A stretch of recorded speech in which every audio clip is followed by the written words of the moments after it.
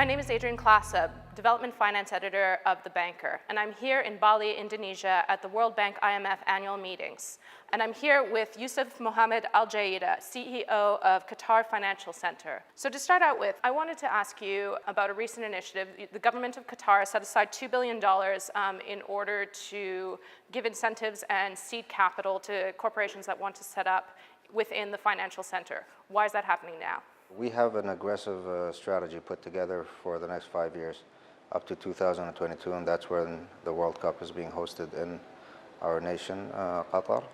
And basically, foreign direct investment has become very important and a priority for the entire country going forward.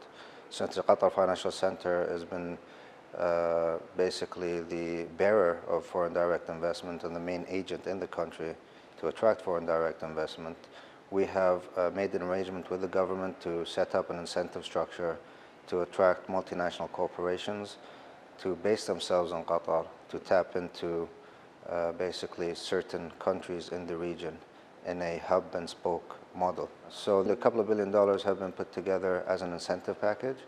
We're looking for multinationals to establish themselves in Doha to tap into certain countries, Kuwait, Oman, Iraq, and Southeast Asia.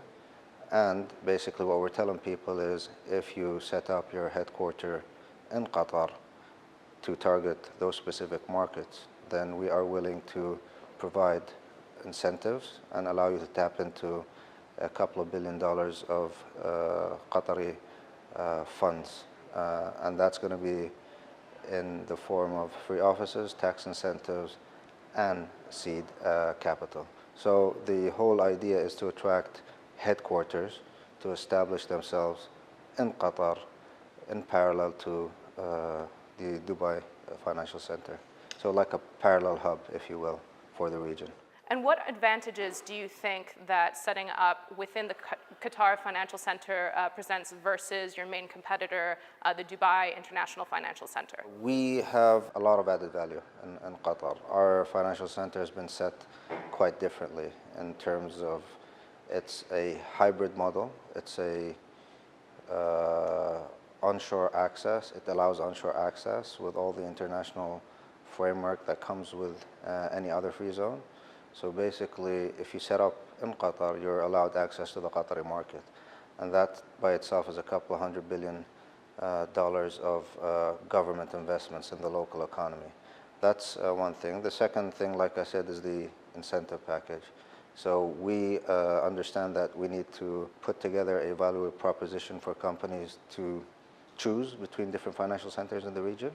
And as part of our value proposition is you establish and you basically have a low-cost model in the form of incentives and support from the state of Qatar. So it becomes a very powerful value proposition compared to other financial centers in the region.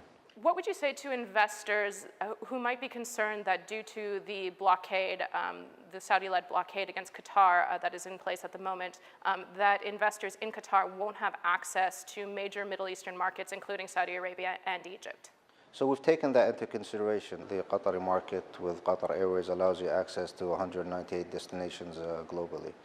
But as part of our basically package, we understand that there's a blockade currently from 4 different countries, and those are markets that are going to be inaccessible from Qatar as long as the blockade exists. And therefore, we have identified other markets where the G2G relations between Qatar and those governments is very strong. Basically, we're telling companies that with the current relations we have with those governments, we're allowing you access to those countries from Qatar. But the blockade has been a blessing in disguise for Qatar, because if it wasn't for the blockade, we wouldn't be able to actually compete. And the blockade has allowed us to rethink things. It's allowed our government to think differently and propose additional funds to become innovative in some ways, to attract more foreign direct investment. And it's allowed us to enhance our laws and revise our rules and regulations. Today in Qatar, you're allowed to establish 100% in pretty much all sectors, which wasn't the case before the blockade. We are basically allowing 80 different nations to enter into Qatar on arrival, which was also unprecedented before the blockade. And we've also allowed a permanent residency plan, which allows basically people to establish themselves in Qatar for the long term. So a blessing in disguise, in the meaning that the government has actually revised things, is looking at things differently, and is moving very aggressively when it comes to foreign direct investment and promoting the private sector.